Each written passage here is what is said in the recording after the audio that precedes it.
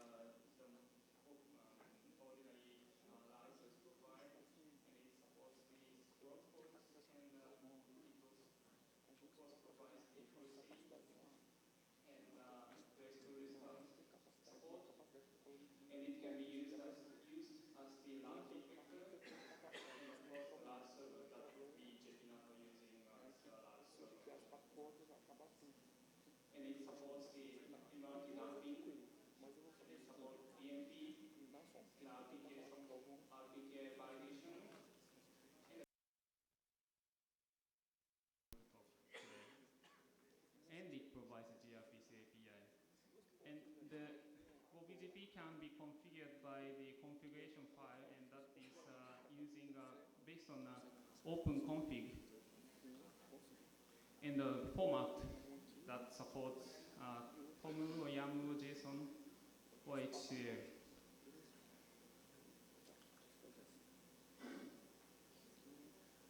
And GoBCP consists of three components. The GoBCP daemon, which is GoBCPD, and a CLI, a GoBCP command, and a configuration file. The GoBCPD is the main daemon, which processes all BCP protocols, and GoBCPD provides the gRPC API, and you can control everything, every behavior of the GoBCPD through this gRPC API. And configuration file is also supported. And the GoBCP command is a full-featured CLI, and as I told you, it utilizes the gRPC API of the GoBCPD, and then I can say that it converts the human-friendly commands like show IP root or show neighbor or something into the gRPC API call, and then grab the data from daemon and then shows to the human in a human reader format. And the configuration file, it's a popular way to define the behavior of the GoBCPD. And again, it can be written in TOML or YAML or JSON, or HCL is also supported. So here is the example of the GoBCP command. The above one is showing the list of the neighbors. If you want to see the list of the neighbors, you can just type the GoBCP neighbor, and then it shows all neighbors. And if you want to see the lib, you type GoBCP global lib, and then it shows the global lib of the BGP. And here are some other commands to operate the neighbor. If you want to perform the soft reset in, and then you just type GoBCP neighbor, the neighbor address, and then soft reset in, or commands are supported through the GoBCP command.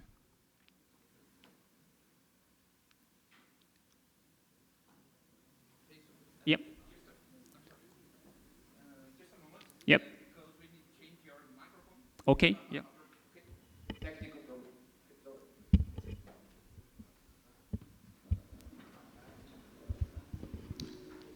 Yep. Okay. Okay, it's better.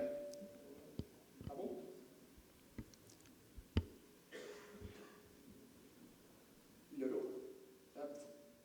Okay. Okay. And here are some other examples. You can even add or delete the peers configuration, or the routes you want to put into the global lib, or the policies on the fly using the GoBCP. So some easy use cases can be accomplished without using any configuration. So like here,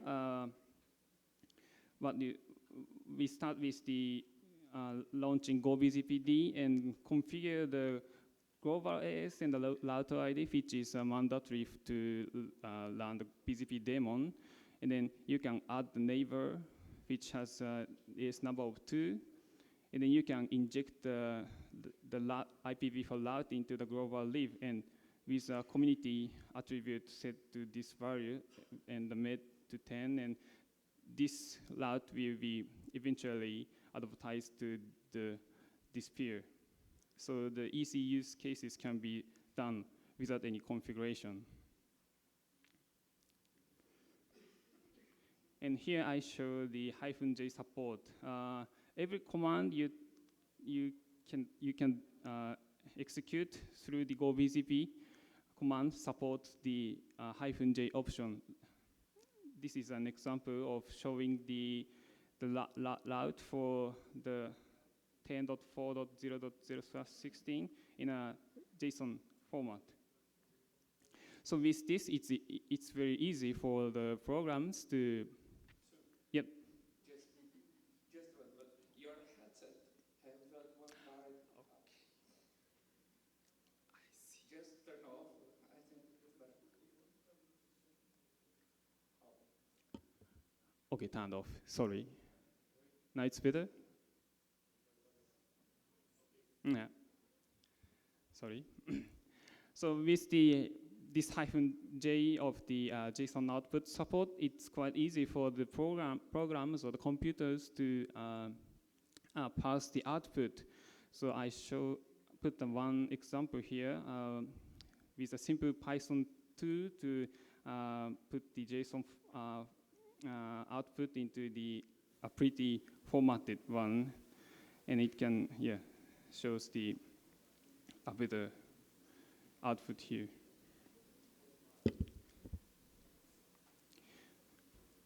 And this is the last example of the Go BZP command. It supports the event monitoring.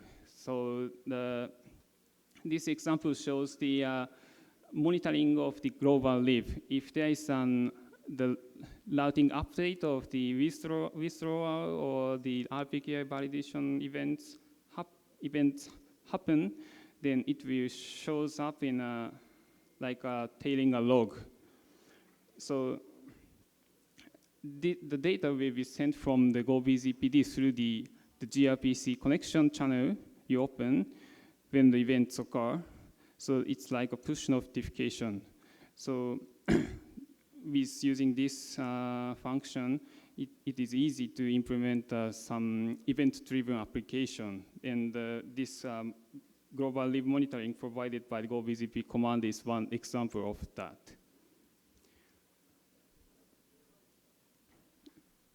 So I will introduce some use cases. So who is using Go BZP?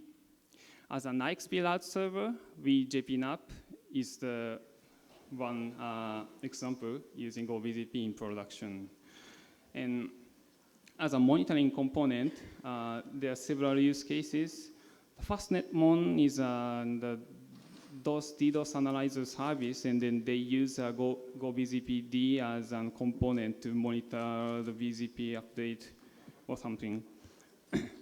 And the BZPmon is a software, I think it's an open source software that monitors the BGP routing information, and it also using a Go BZPD internally. And CloudWatt is an OpenStack-based public cloud service which is provided from Orange. I think they seem to be using the Go BZPD as an looking glass.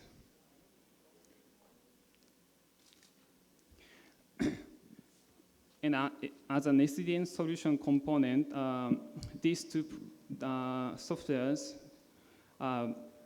they seem to be using a Go BZP.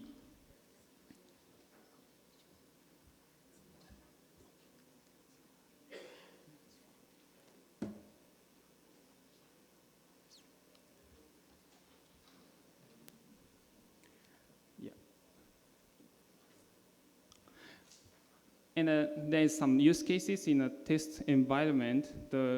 I heard that there's one example who is using Go BZP to virtualize the lab environment for testing BGP routing policies.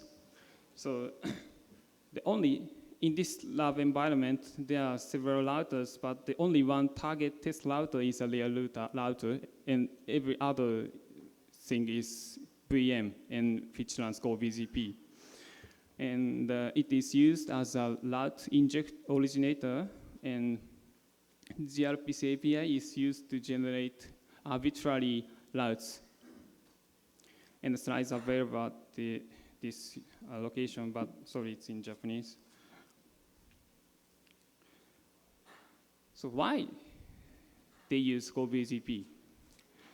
The reason is that the biggest one is, I think it's an friendliness to the automation, because it's definitely easier to implement whatever comes up into your mind. because everything is exposed through the API. And of course, the GoBZP-J, the -J option, the JSON output support, can be a good start point of thinking about automation, because if we have this function, then we can skip the kind of painful output passing part. If you, maybe you think about, I want to automate something, but the output of the router is, it's not that easy to pass, so I need to write a regular expression to get the data that you want to use, but that part is really painful to do. So this -J will solve that problem and give developers the easy way to get the data you want. So it's much easier to begin with the operators. And the performance is the other big reason that they choose GoBZP. And especially if you deploy that GoBZP in a larger environment, then the performance will benefit you. This is for the reference. It shows the scalability of the policies. It compares the, so in this case, we prepare the prefix list, which has a number of the, starting from, I think it's 500 to the 10,000. And then if you have this number of policies per peer, then we saw that the Quagga cannot scale well. But the BARD and GoBZP can handle this large number of prefixes. So in a larger deployment, the GoBZP and of course BARD can be used in a larger deployment.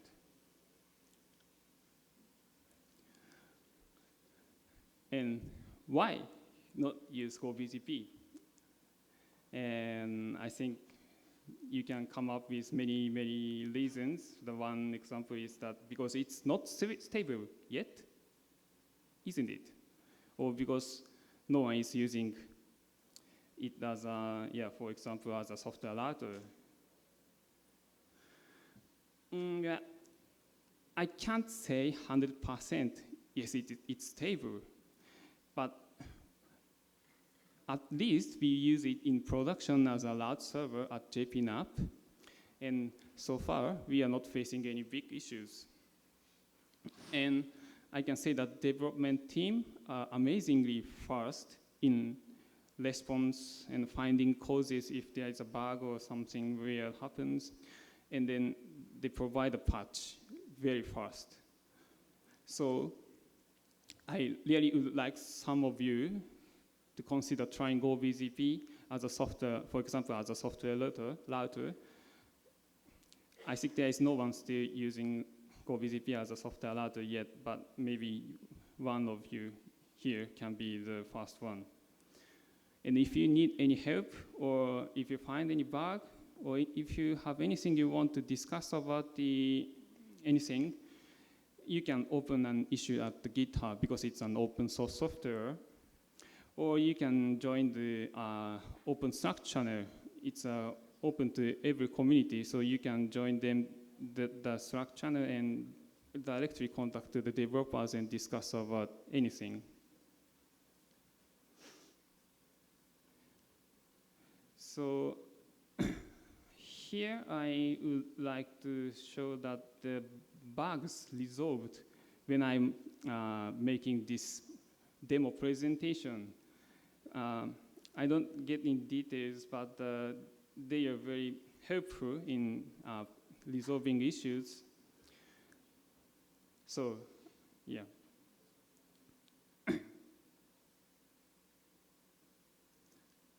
And the fib manipulation. I would like to explain how fib manipulation can be done with GoBZP.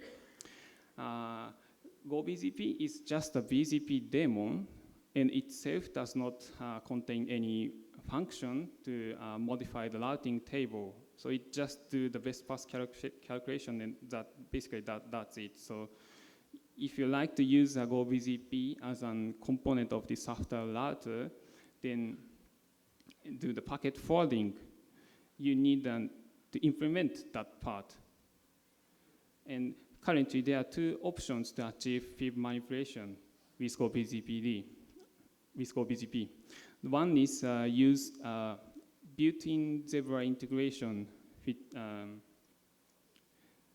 and the other option is you can write your own code using gRPC API, and then do fib manipulation by your software.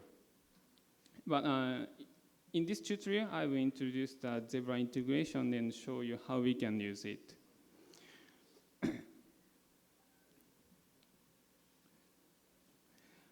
This is one of the other options that you write the fib manipulation by your hand. One example, this is an experimental implementation.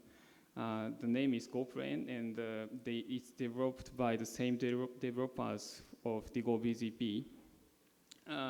This GoPlane is called GoPlane. Utilize the gRPC API of the GoBZPD and perform things like fib manipulation on Linux platform. It now can create the eVPN of VXLAN fabric. And with this GoPlane, it also can modify IP table rules based on received flow-spec routes.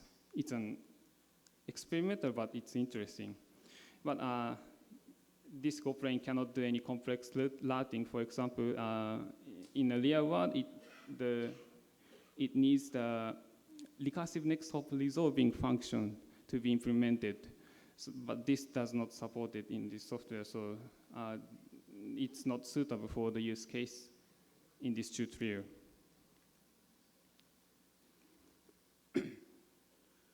So here, let me review the architecture of the Quagga. So Quagga consists of the ZebraD and other Zebra clients like OSPFD or BZPD.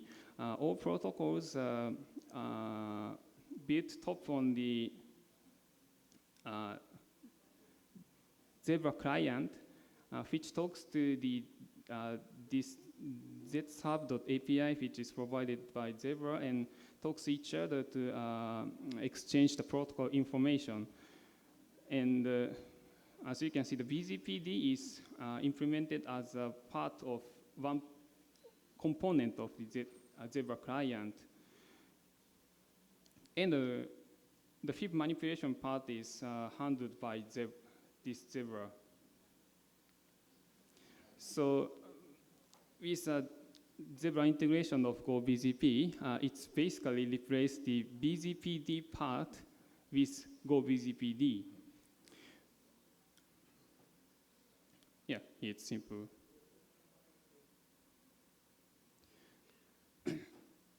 So I'm going into the tutorial.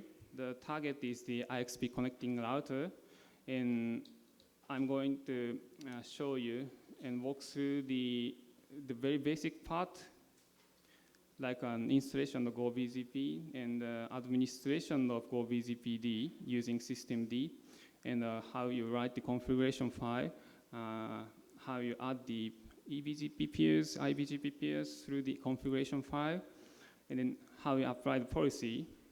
And I included the example use case of the control the route advertising over the route server. And of course, the fib manipulation with Zebra integration, and some interesting stuff like RPKI validation and MRTBMP, and it's a InfluxDB integration.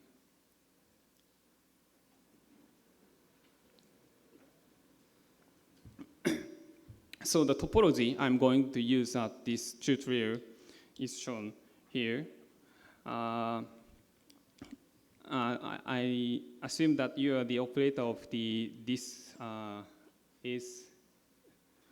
65001, and you have this IXP connecting router, the G2, and it's running a GoBGP, and of course a Cracker, and I'm going to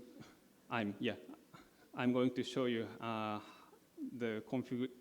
you configure a software router of this G2.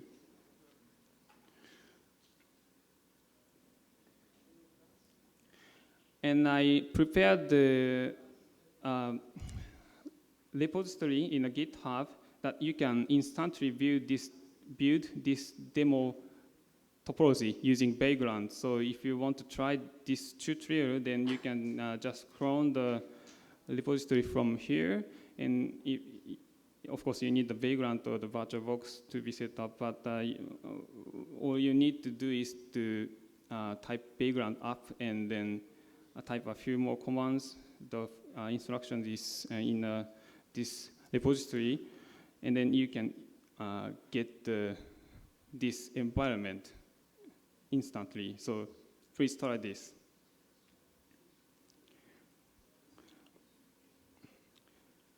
And then here my environment that I tested, but I think it will, I'm using a Mac, but I think it will both work on Linux or Windows too.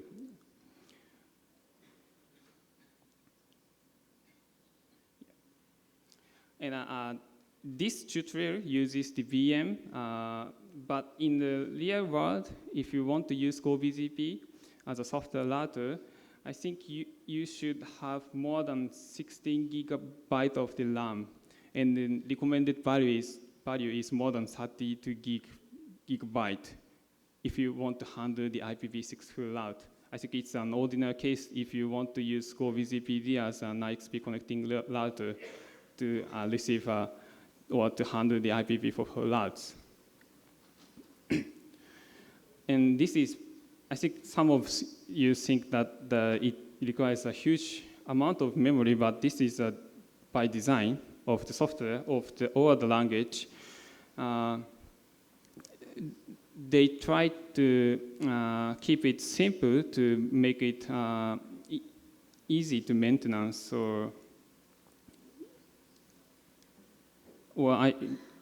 If you need a performance, then these days the memory is cheap, so just buy the memory and keep everything in simple.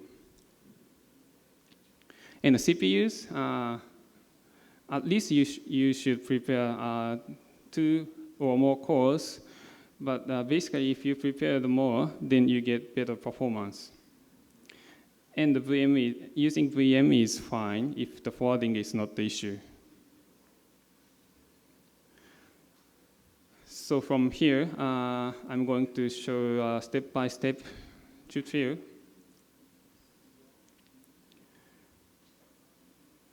So first, if you want to use GoBGP, then you need to install Go language. But this is a pretty simple procedure. You can go to the homepage of the Golang and then just follow the instruction on the official web. But it's quite easy. You just extract the turbo file and add them to the path, and then just that is what you need to do. And I think there is several versions that you can choose, but I think you should choose Go version 1.5 or above, because the GoBGPD is now tested against the 1.5, 1.6, 1.7, but not below 1.4. So you should choose above the 1.5.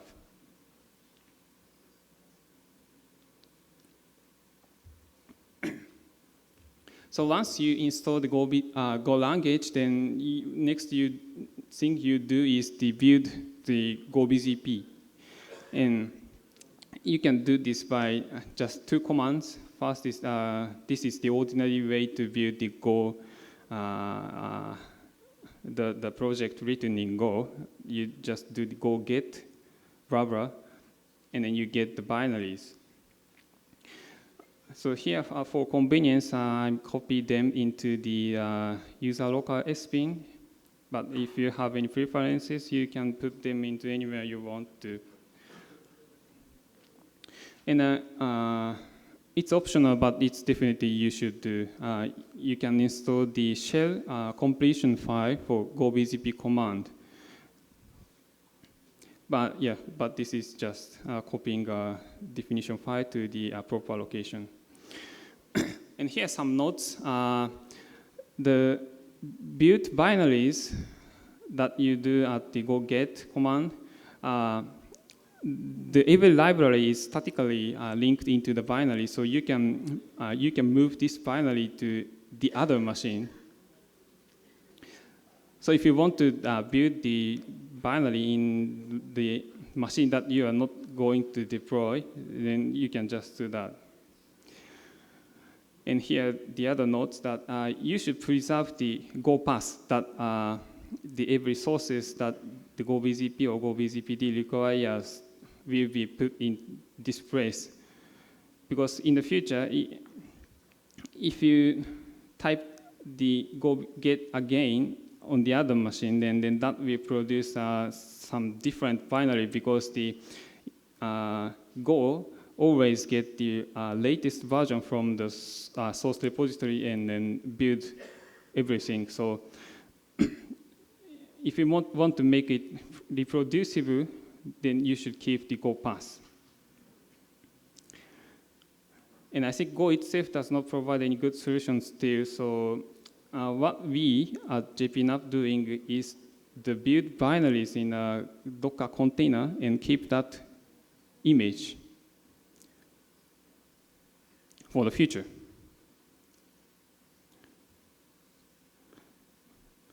And next, we set up the systemd unit file. So the GoBZPD is a daemon process, so it needs to be managed by some system. So we use systemd here.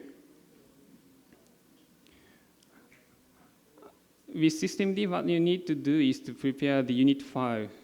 So this is an example unit file, but I think you can use this same file as in your deployment, and then apply that to the systemd.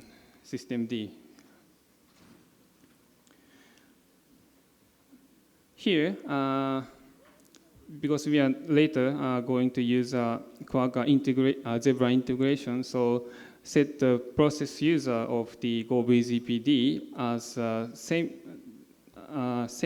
as that of the Quagga service. So in this tutorial setup, I use Debian, and in Debian, Quagga is run by a Quagga user.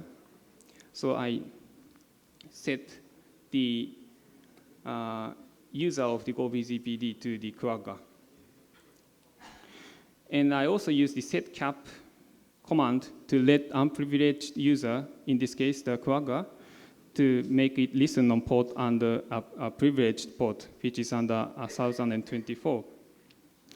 But here are some security concerns that you should not run any important GoBZPD on shared servers, because anyone has access to the full control through the gRPC API, and now gRPC API doesn't provide any authentication or access control. So if the user is on the same, if the strange user is in the same host that you run the GoBZPD, and then he can eventually access to every data, or even he or she can control every operation, neighbor operation. So that's dangerous.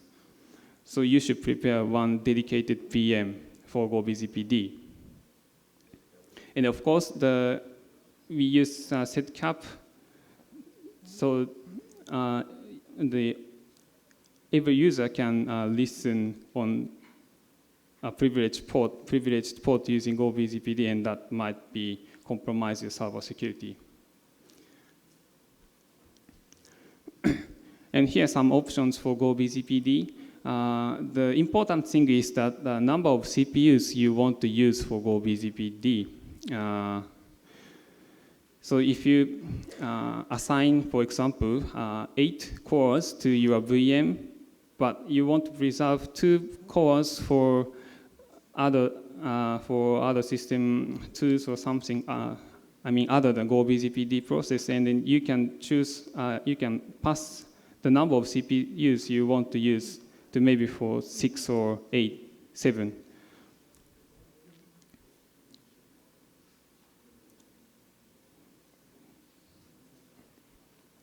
So now the system D is ready, then let's start making a configuration file. So the minimum configuration is only what you need is only the ACE number of your router and the router ID. And here again, the Go BZPD supports this file format, but I would personally recommend you to use TOML. And this is used in every official document. But here, now I'm using YAML because it's easier for you to understand. So through this tutorial, I'm going to use YAML. But this is an example of the TOML configuration, how it looks like. I think it's, if you see this in the first time, and I think it's a bit weird, to, especially in expression of the array or lists.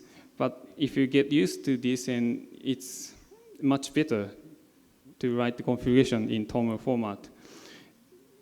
Because there are in 2 reasons. One is it's easy to copy and paste the config fragments. And the second thing is the order of the element you write does not matter. For example, if you can define the neighbor configuration and the policy configuration for it, then other neighbors, so the order doesn't matter. But if you, in the case of YAML, you need to put every neighbors in a neighbors section. And so if you can order the element arbitrarily, then it will help you organize your configuration, and it is easy for the operators to understand. So now we have prepared the configuration so you can start Go BZPD. We use system D here, so just what you need to do is just type the systemctl start Go BZPD, and the daemon starts. And you can see the status of the daemon using systemctl as well.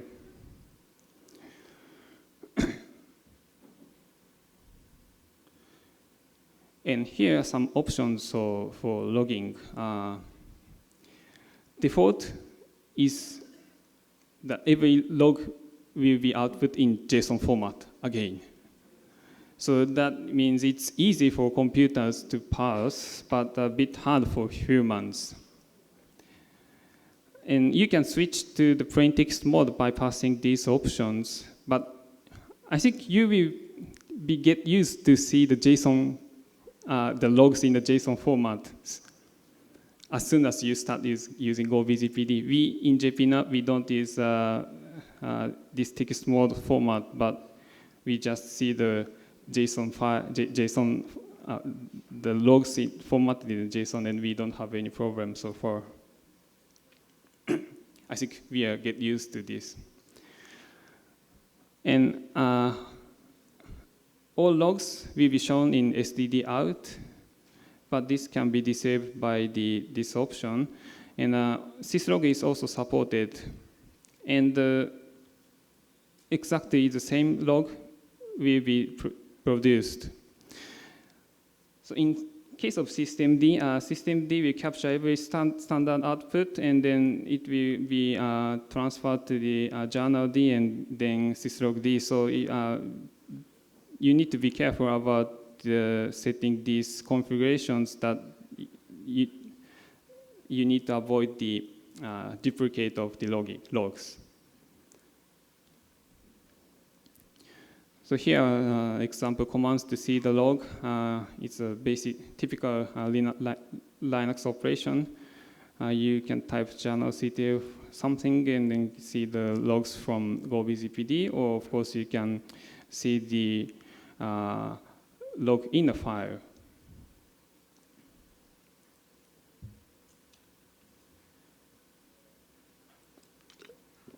So now let's configure the first eBZP peer.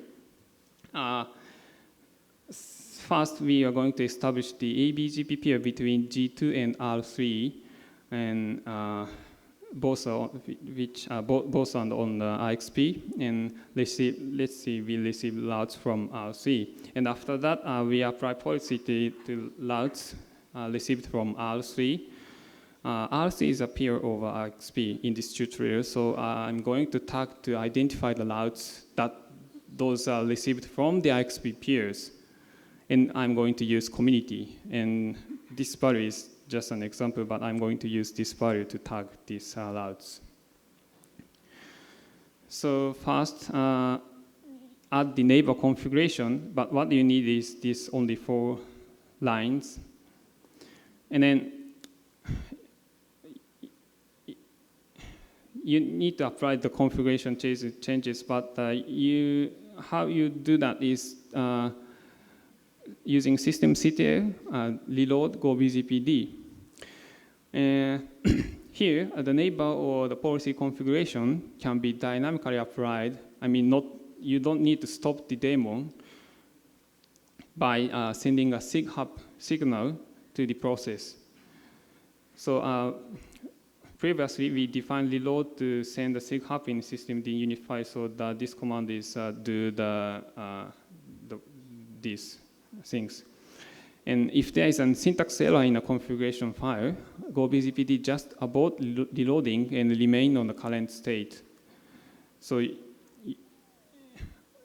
you can see, and you can see the exact location which is causing the error in a log file. So you don't need to worry about the configuration syntax too much. That the GoBZPD can check that before it applies. And after you configure first BZP peer, you can see that the peer will be established using a GoBZP neighbor command. And it's receiving one route. If you want to see extensive information, then you pass the argument that of the neighbor IP address. And you can see what capabilities are negotiated, or a lot of information can be seen here. And then we are going to check the received routes. In Junos, this is show route receiving protocol BZP, the neighbor IP, which is the command to see the adjacency lib table. And then check the global lib. This is in Junos. The show route protocol BZP is the equivalent in Junos. And here are some caveats. You need to use -j option to see in JSON format to see more detailed attributes, like route ID or the source of the routes. I mean, from which neighbor the routes has received. But I think it's it's a bit problem because you can only see that in JSON format. So maybe someone can please open the issue at the GitHub. But we have again simple tool that is built in the Python to show that in a pretty format. So yeah, currently we don't have problem with this, but yeah, you can open the issue at GitHub.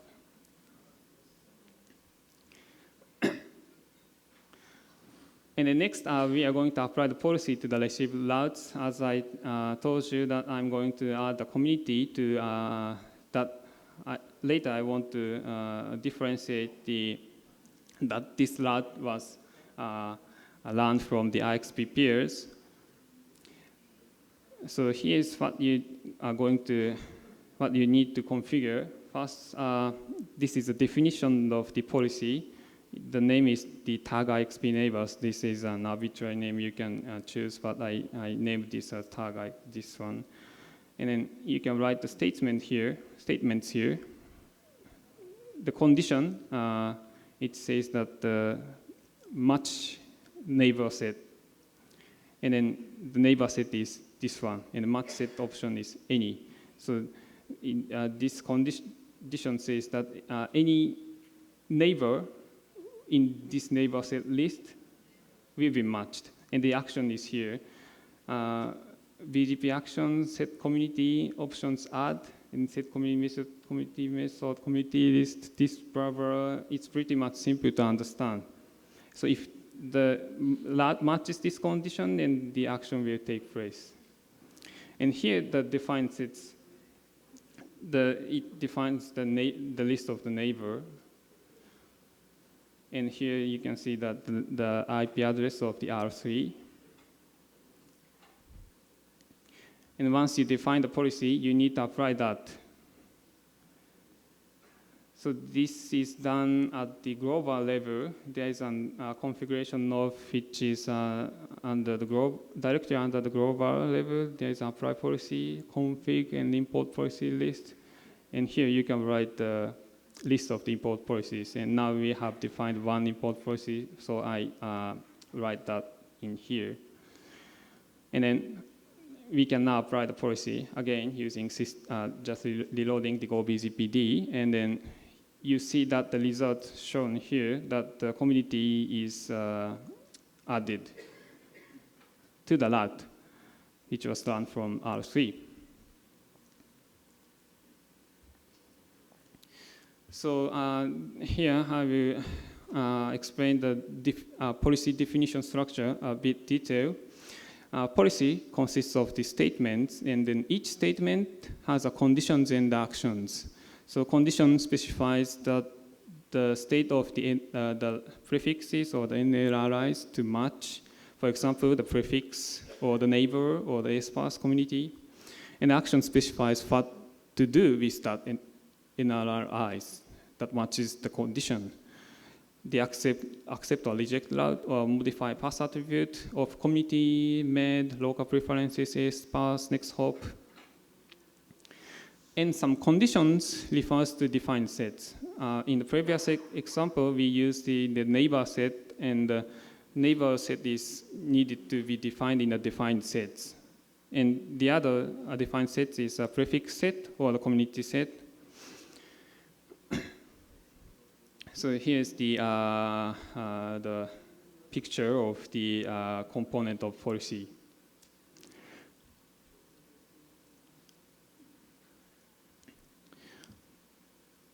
And how you apply the policies. First, you define the policy, and then define sets if you need it to achieve your needs, and then attach it to the global config level, not in the neighbor level.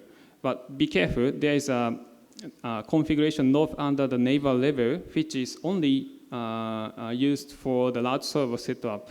So if you are not using the GoBZP as the large server, then the configuration node under the neighbor doesn't mean anything. So, but there is only one global policy, but you can specify neighbor using a neighbor set. In import policy, the neighbor set matches from which neighbor the routes came in. And in export policy, to which neighbor the route are going to be advertised. So this is the picture. There are only one point which applies the import policy, and same as the export policy. It's not the per neighbor. It's only global, but you can define you can differentiate it, you can match the from each neighbor using a neighbor set. In other policy examples, you can find more detailed example in official document. So please see it. That you can add, for example, add med or subtract med. Those operations are also supported and documented here.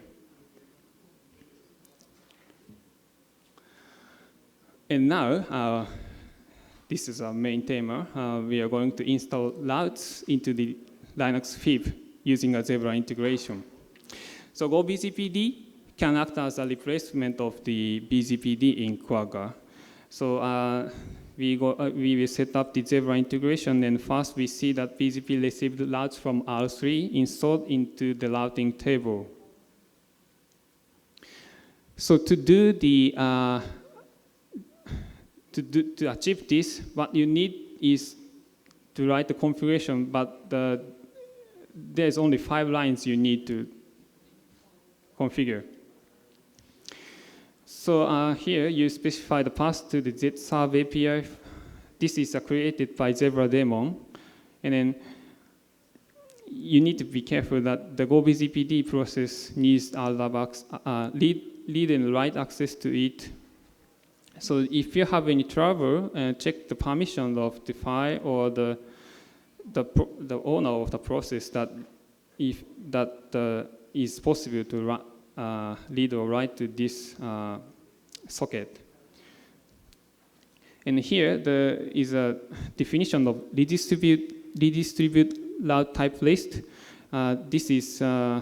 This specifies from which protocol the GoBZPD imports routes into its BGP lib. But at this time, we do not redistribute any route from Zebra, so just leave it blank. So once you write the configuration, then again, you apply the configuration, but this time you need to restart the GoBZPD. Like this one, some configuration changes need to be restart of GoBZPD to take effect. And also the booting order is very important. Zebra process must be started before the GoBZPD starts. So you make sure that the Quagga process is started before you start GoBZPD.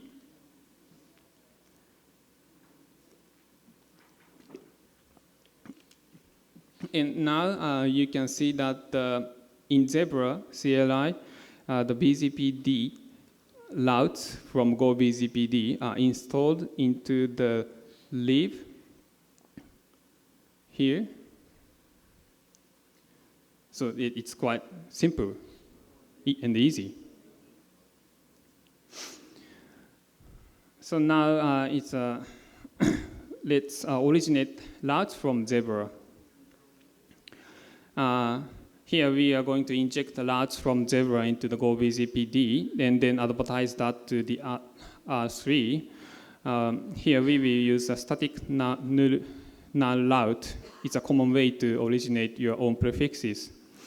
And we are also going to set the import policy to select only routes that we want to import into the GoBZPD. So here, again, the configuration changes, but now we add the static routes want to be imported into the GoBZPD. So I add this static to the redistribute route type list. And if you, now I will only specify static, but if you want to redistribute the routes learned from OSPF for the connected routes, then you can just append them to this list.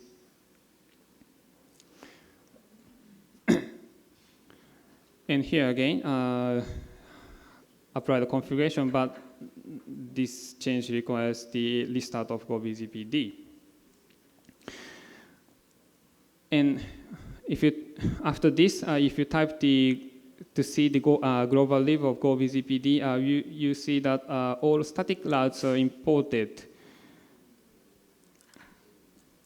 So next, I'm going to specify only this route will be imported to the GoBZPD. So here, we are going to define the other policy. First, we define the prefix list that indicates my prefixes, and my prefix is this one, only this one, and write the policy definition, which reject every route except this my prefix. And here, it's tips that if you specify the route type local in the condition part, then it will match against the routes from Zebra. And then apply this policy policy in the global level, and then restart GoBZPD.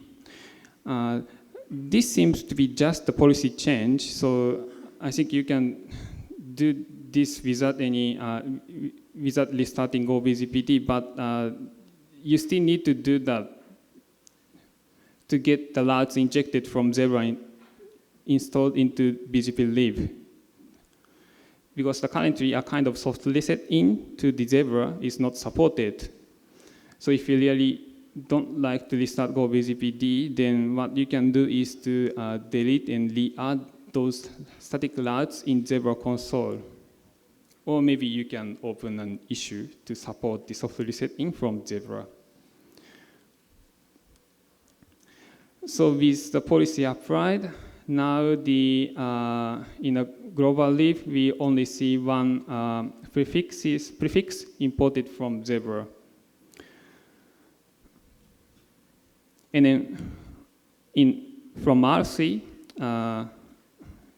you can see that the routes of the from the G2 appears in the BGP Live.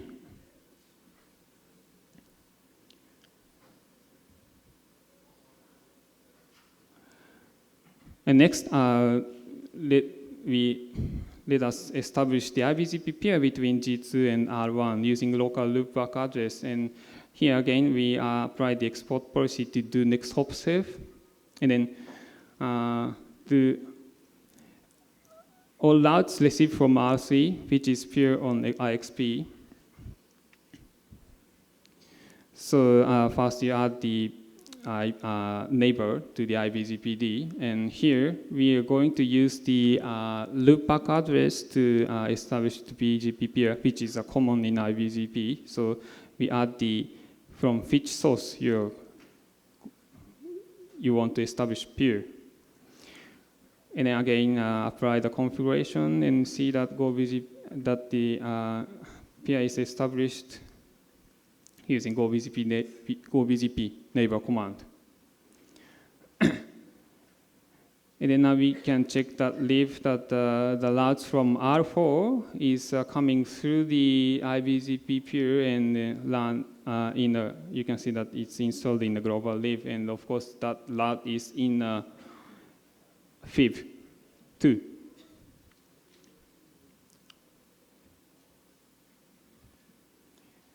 But now we see that the routes advertised to the R1 is the next hop is not modified. I mean that the next hop self is not applied here. So we'd like to change that because the IXP subnet in this case we use this address, but it's not in IGP, and it's a common best practice not to include that into the IGP. So R1 cannot reach this segment. So now we are going to set the next hop self. Here, in the policy definition, it is not possible to specify from who in export policy. You can only specify to to who in export policy, but we can instead use the community value which we applied previously to differentiate the routes which was received from the IXP neighbor. And we use that value for this one. So we define this in a community set and match against this route which has this community value, then we set the next hop to self. And then again, apply that to the export policy, and then reload the daemon. And there's one more thing we need to do. When modifying the export policy, you need to manually call the soft reset out, in contrary to the soft reset in, which will be performed automatically when you change the import policy. And here, again, caveats. Currently, after you do soft reset out, GoBZPD will send all NLRIs in a leave to peers, not only updated one. So that may be problematic with a huge number of prefixes. Like if you have a full route and then if you do a soft reset out, then eventually the update message of the 600,000 NRIs will be sent out.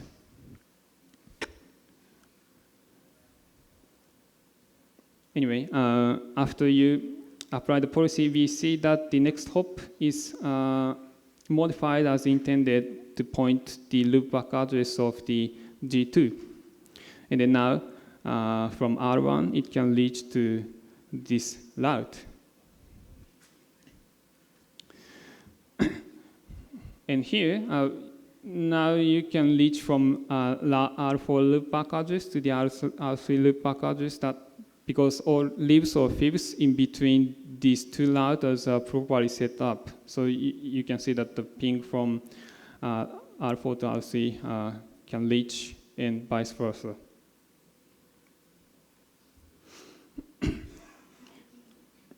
And next, we are going to add another eBZP session. Now we are going to establish the eBZP pair between G2 and RS, which is, I assume that is a large server at IXP. And I'm going to show you control the advertisement policy using the communities. I think the IXP will provide that function soon, and this example shows how you can do that with a GoBZPD or GoBZP. And here, for example, we add community value, which will reject advertising our prefix only to R3 from large server. So first, it's the same. You add the neighbor configuration to the large server and just load the daemon. And you can see that the peer is established, peer to the large server is established, and nothing new here except MD5 authentication.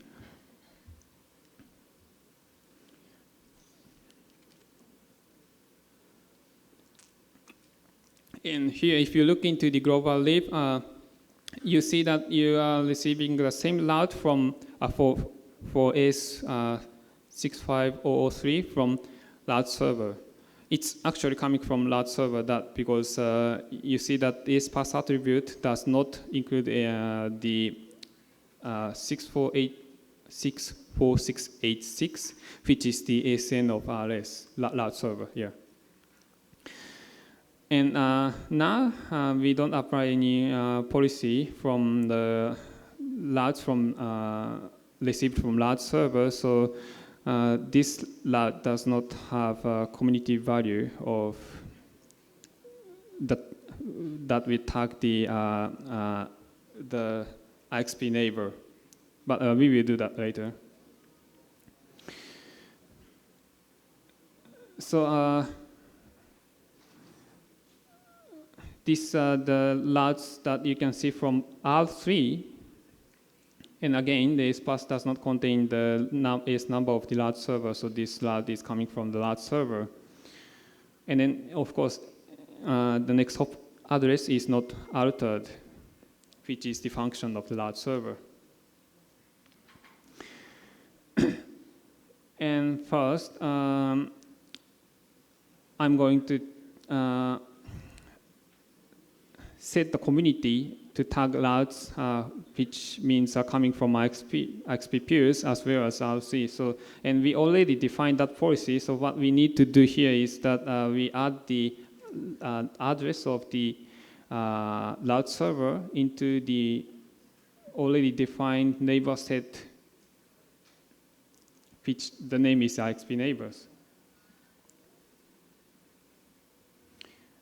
And then if I apply this policy by reloading GoBZPD, then you can see that the policy is applied and the community is properly set here. So next, we are going to control the route server policy with communities. We assume that the IXP in this tutorial provides the following policy at the route server. I think it's similar to the every IXPs. To control the advertisement to the other peers. For example, 0:n, which means do not advertise to SN. And then 64686:n, which means advertise to N. And then 0:64686 means do not advertise to any peer. So for example, if you like to advertise to all peers except S65003, then what you need to do is to add the community value with 0:65003.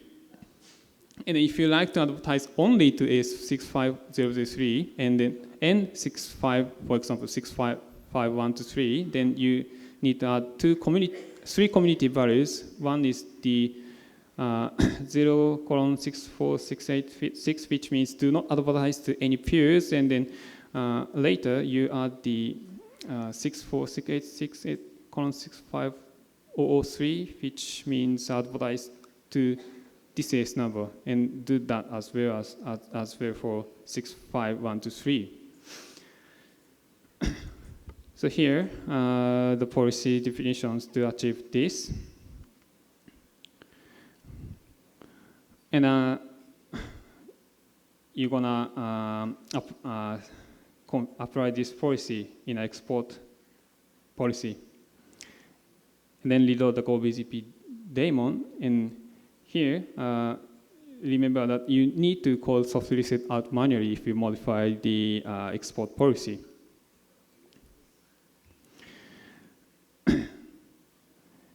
So if we see that adjacency leave out from G2, then the communities that I added here was shown here. And from R3, we can confirm that this route does not receive any route from route server because of the community is added, and it's rejected at the route server to advertise to the R3.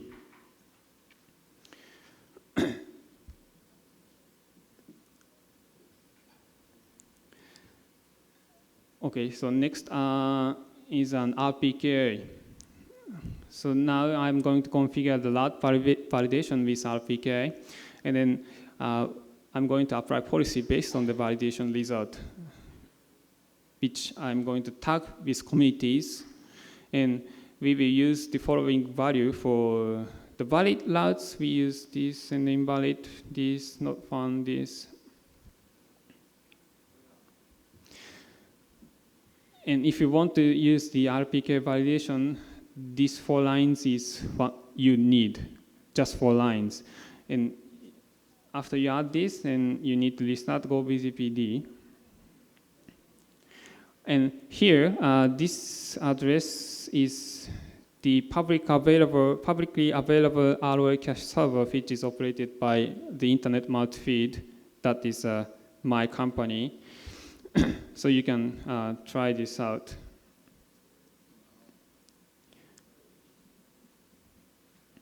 So after you set up the RPK validation, if you type the GoBGP global lib to see the lib, the validation result will be shown in the beginning of the route. And then N, here we can see N here, which indicates the record not found in the ROA table, because these are private addresses, so there is no ROA record there, so it's not found. And the local originated route here will not be validated. Only received routes are validated. And here I'm going to write policies to match against the result of the RPK validation. You can use this condition to match against the RPK validation status of the route. And then we add the community. And we do the same for invalid and not found routes. And then apply that to the import policy. And you need to, this is a mistake. I think what you need to do is only reload the GoBGP daemon. And after that, you see these are all not, the status of the RPK is not found, so the corresponding community value is added here. So if you do that at the gateway router and later on at the other routers, you can control the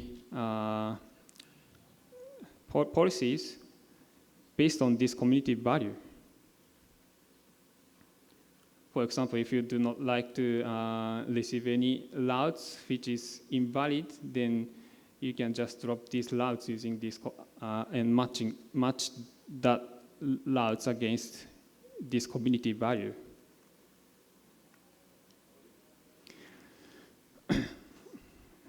And a few more interesting stuffs. The MRT dump. So the MRT, here you can configure the MRT dump to monitor the lib periodically or incoming update messages. And here the configuration you need to write. And you need the restart of GoBGPD. And it's interesting that you can dump of the update messages can be rotated automatically by GoBGPD, specifying the interval and the file name format. But it's interesting that this says 2006 January 2nd, 3 p.m. 4 minutes. But this is a format of how you specify the date format in GoBGP. It's funny. It's weird, but this is how you specify the format.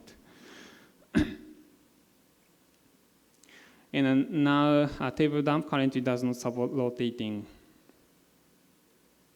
So the content will be replaced every dump interval. So if you want to keep all tables, then you need some other ways to copy that table periodically. So see the dumps are created, and you can use your favorite tools to seed them. For example, BGP dump from BGP tools, or BGP reader from BGP stream, or I think I can find some others to seed the MRT dumps. And the BMP. The BMP is a protocol to monitor BGP. It's abbreviation of the BGP monitoring protocol, and is standardized in RFC. And the GoBGP can export BMP messages, and several implementations for BMP server can be found on the net. And actually, GoBGP itself can become a simple BMP server, but here we use a new BMP server. And the configuration you need is just the address of the BMP server and the port. And after this configuration, you need, again, restart the GoBGP daemon. And I'm going to boot the new BMP server on the other server, and see that the BMP messages are coming. So yeah, this is a simple example. But I think the Liu BMP server is just a simple implementation which just dumps the incoming BMP messages. So if you want to do something interesting, then you need to write some BMP server by yourselves.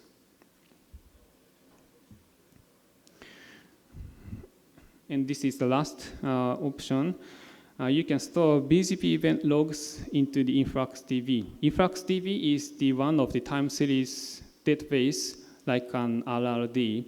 And then this is the interesting thing of GoBGP, that the GoBGP can export BGP-related event logs directly into InfluxDB.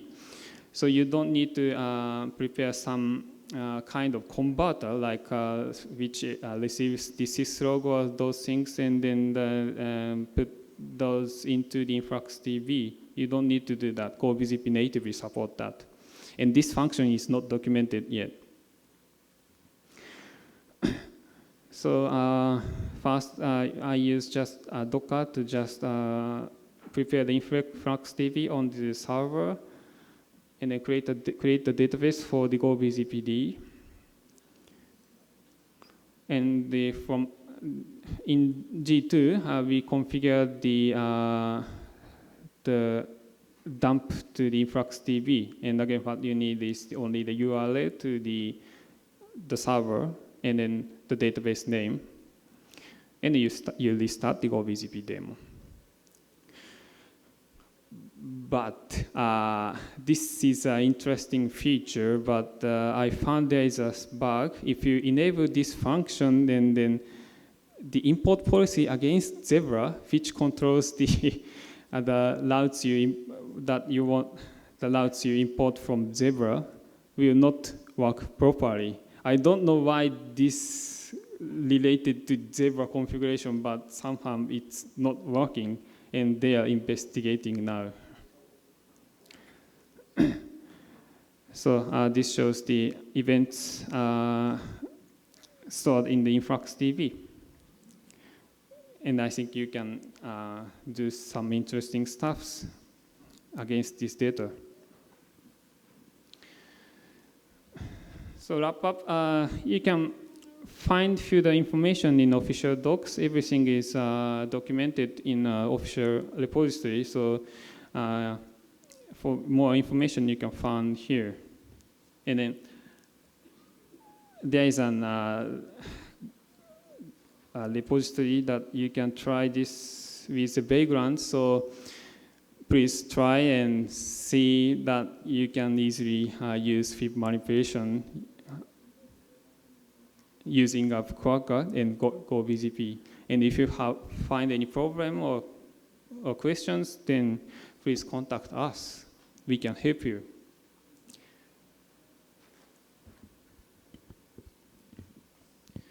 So that's it. That's my part of the presentation. Ok, so thank you so much. Por favor, uma salva de palmas para o Su.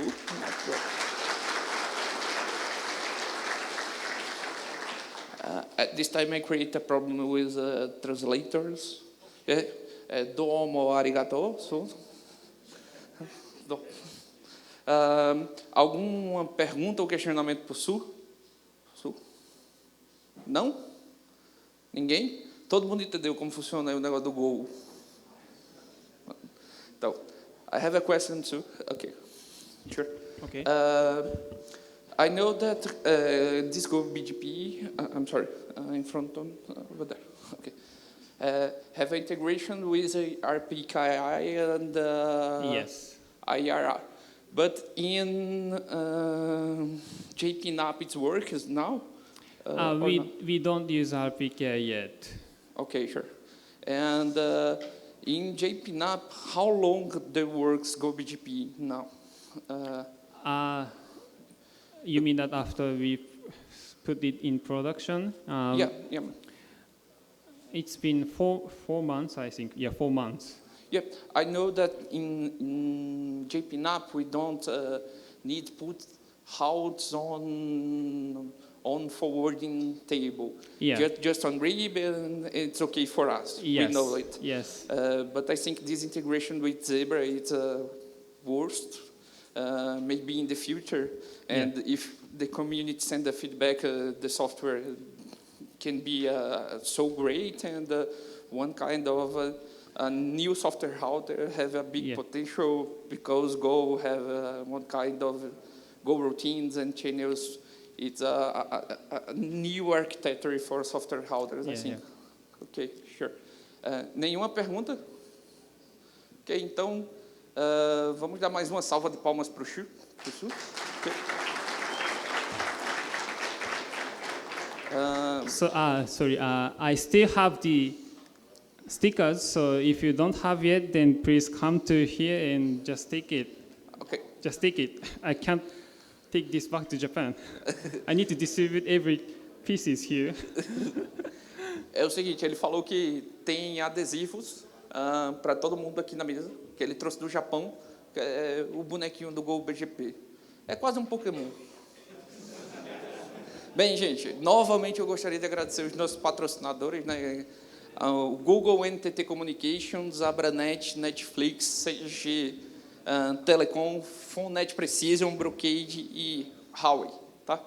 A gente está com um tempinho extra e, basicamente, a gente já vai sair para o coffee break, mas a gente vai voltar no horário marcado. Eu só queria fazer mais um questionamento. Temos alguma pergunta da internet? Não? Ok. Então, eu acho que é isso, tá? Então, vamos lá para o coffee break e, em seguida, a gente já regressa e aí a gente vai usar as máquinas virtuais. Tudo bem? So, thank you so much. Thank you for coming to Japan. Ok? Thank you. Thank you so much.